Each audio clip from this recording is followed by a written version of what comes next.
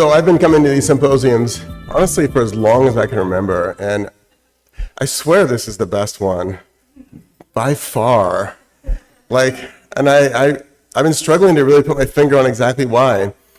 In fact, I woke up at 3 o'clock in the morning just laying in bed, and honestly, I felt a bit overwhelmed at the topics that were covered, and it was, the breadth of topics, the depth, the amazing presenters, and so I thought come to me like, wait, is this really as special as I feel it is, or is it just, is this going on everywhere? So, you know how this works. I got out of bed and got on my computer and started searching that next kind of bigger bay to the north that you may have just seen a picture of. And I was like, I wonder what's going on up there. Nothing compared to this bay. I mean, honestly, it sort of broke my heart. There were no maps of habitat restoration going on. There were no reports on sea level rise adaptation. I felt bad for those communities, actually. And then, so then my very next thought was, well, what makes this bay so incredibly special? And so, ironically, if you were here for my opening comments, you may remember that I sort of turned to the atmosphere for a source of hope and optimism for this bay. I'm a weather guy, right? So look up. Sometimes I tease my geologist friends that, if you're not sure what to do with your glance, and if you look down, you become a geologist, and if you look up, you become a meteorologist. I guess if you're standing in water and you look down, you become a fisheries biologist. So yeah, I turned to the clouds, and of course the answer has been it was in this room all 3 of these days. This is the source of hope and optimism for this bay and the people that were here.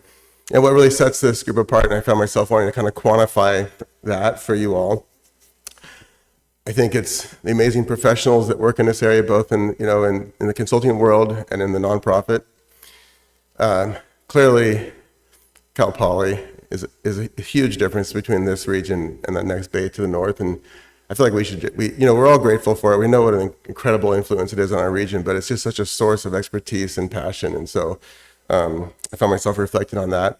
And of course, the students, and we had so many great presentations by the students. I swear you're better than I was when I was your age.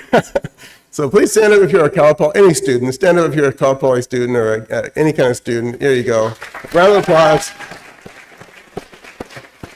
Woo-hoo!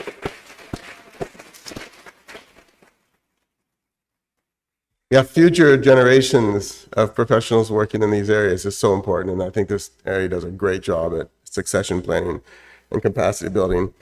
So those are the things that came to me this morning laying in bed. And, I feel like I'm getting ready to retire, and many people keep asking, what are you going to do? I don't know. Stop asking me that. And, I think Frank's love of the bay really infected me on that first day. And I feel like I might have a better answer next time someone asks me that, because there's so many incredible opportunities to get involved in what's going on around this bay. And I want to, in my retirement, so if you need a volunteer, I got boats. I love mud. I love the bay. So, yeah, I've got some boats. Did I mention that? I want to just close out by reflecting on, something. That's one impact it had on me. I feel like I got some clarity from it myself, which is really cool. But I also found myself reflecting on something, and some of my friends are going to kill me for this because change is hard. But my parting act is to start a petition to rename the bay. So, Humboldt was a pretty good guy, as Jen said. As dead white guys go, Humboldt was a pretty good guy, but he was never even here. And I initially, when Patrick's Point was changed to Sumag, I struggled with it at first. Change is hard for everyone. It's just how we're wired. And then I started to get used to it, and I actually really love it now. So why not? Why not, as a region, decide that we're going to stop naming this bay after a guy who never was here, and the name was changed at that time from what it had been called forever to this other name. So yeah, so I'm going to start a petition with my last thing that I do up here. Wiggy. Thank you very much.